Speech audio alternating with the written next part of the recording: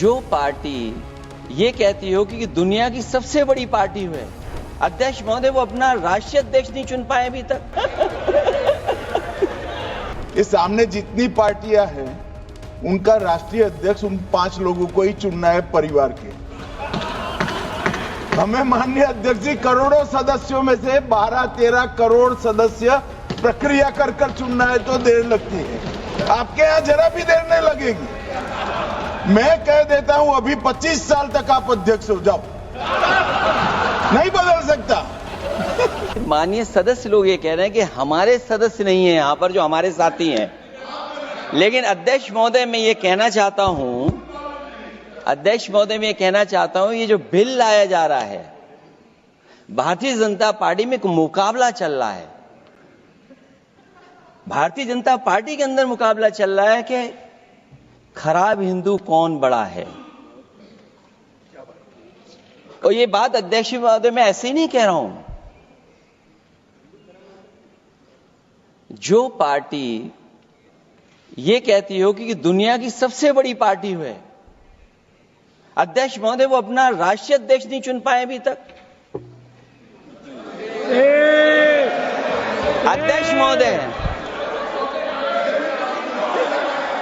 अध्यक्ष महोदय भारतीय जनता पार्टी क्या है?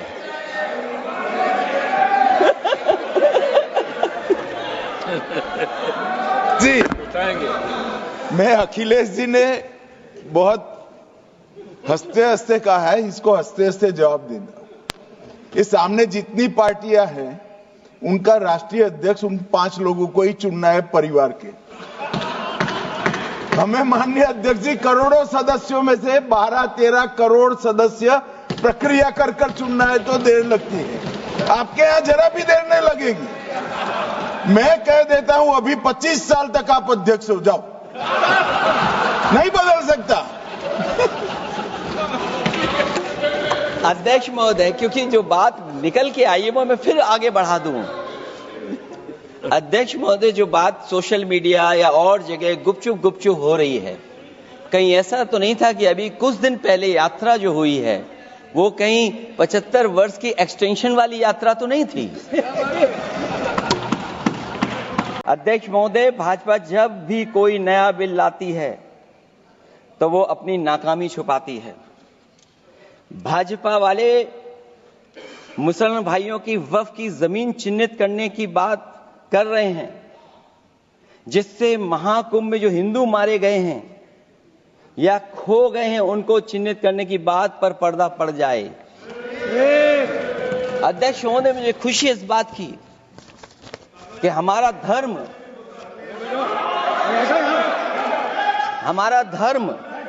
अध्यक्ष महोदय नहीं कुछ कहना चाहते हैं।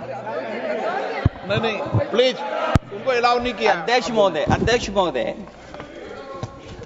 कुंभ में आस्था सबकी है, कोई ऐसा नहीं जिसकी आस्था ना हो। और कुंभ कोई पहली बार नहीं हो रहा था। ये भारतीय जनता पार्टी के लोगों ने ऐसा प्रचार किया कि 144 वर्षों के बाद पहली बार महाकुंभ होने जा रहा है और लोग निकल पड़े। सरकार ने कहा कि हमारी तैयारी 100 करोड़ की है। आप कहते टेक्नोलॉजी का हम इस्तेमाल करेंगे, जमीनों को हम मैपिंग कर करके डेटा एंड रिकॉर्ड ठीक करेंगे।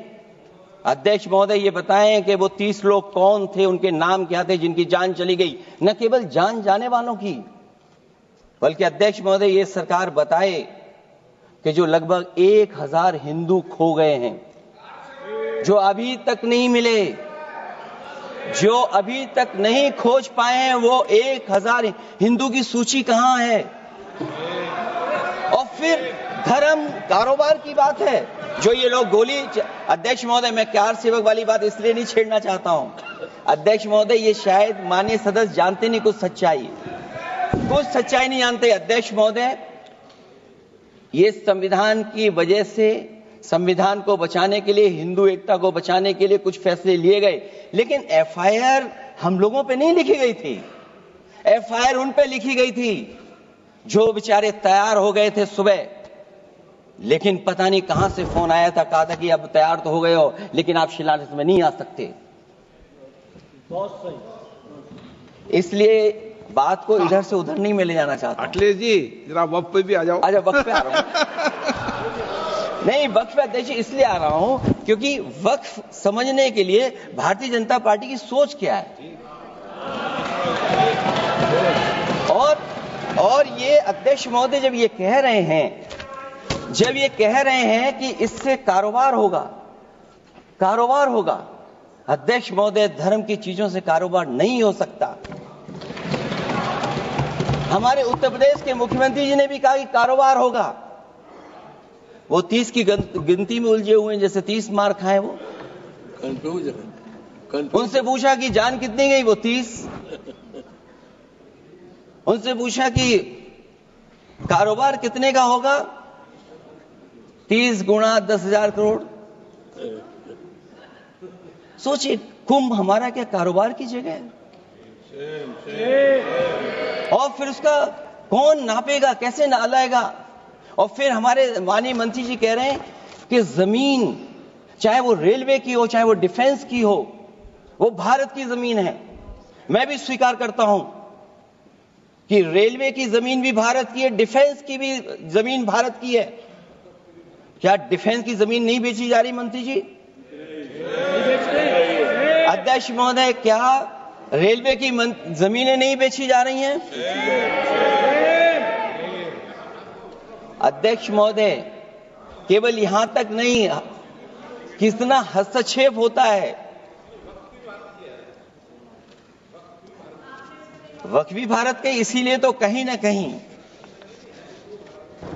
वक्फ की जमीन से, अध्यक्ष महोदय, माननीय मंत्री जी बताएं, और मुझे उम्मीद है कि जब जवाब देंगे तो बताएंगे कि वक्फ की जमीन से बड़ा मुद्दा वो जमीन है जिस पर चीन ने अपने गांव बसा लिए हैं, लेकिन कोई बाहरी खतरे पर सवाल बवाल न करे, इसलिए ये बिल लाया जा रहा है। और माननीय मंत्री जहां से आते हैं, जिस प्रदेश से आते हैं, कम से कम ये तो बताएंगे कि वहां कितने चीन ने गांव बसा लिए, घर बन गए हैं। अध्यक्ष महोदय, आपके माध्यम से सरकार गारंटी दे कि वक्फ की जमीन कभी भी किसी भी पैतरेबाजी से किसी और मकसद के लिए किसी और को नहीं दी जाएगी। वक्फ की वर्तमान व्यवस्था में चाहे 5 साल के धर्म पालन की पाबंदी की बात हो, या कलेक्टर से सर्वेक्षण के हस्तक्षेप की बात हो, या वक्फ परिषद या बोर्ड में बाहरियों को शामिल करने की बात हो, इन सब का उद्देश्य मुस्लिम भाइयों के सार्वजनिक अधिकार को छीनकर उनके महत्व और नियंत्रण को कम करना है।